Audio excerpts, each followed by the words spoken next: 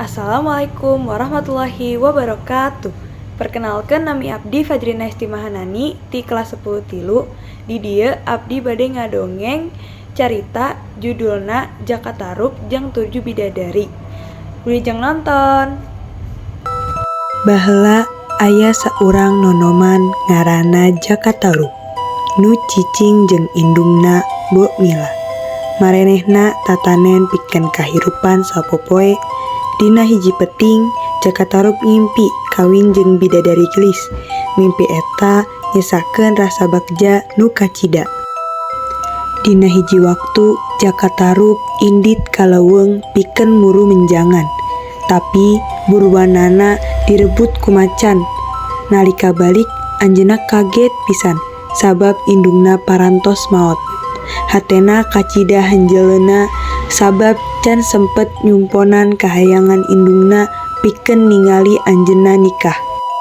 Sanggeus sababaraha waktu, Jakatarub sok lempeng ka leuweung. Hiji poe anjeunna nepi ka Talaga Toyawening.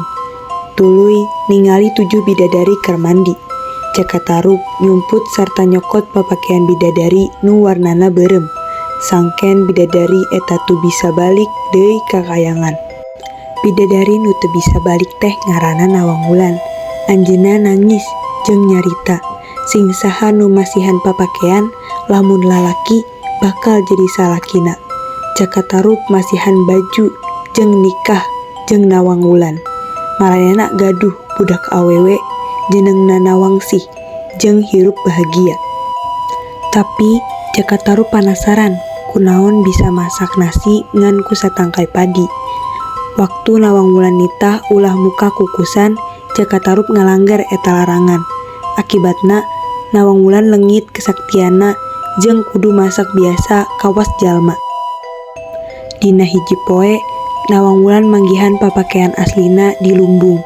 Anjeunna sadar yen Jakatarub ngabohong ti awal. Hatena kacida kuciwa.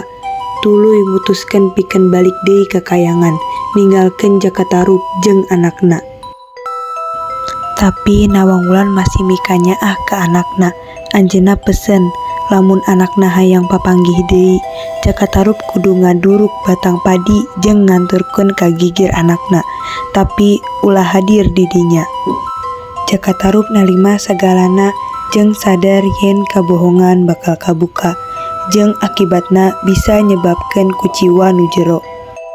Pesan moral anu bisa diambil dari dongeng ieu nyaeta ulah ngabohong pikeun ngahontal kahayangan.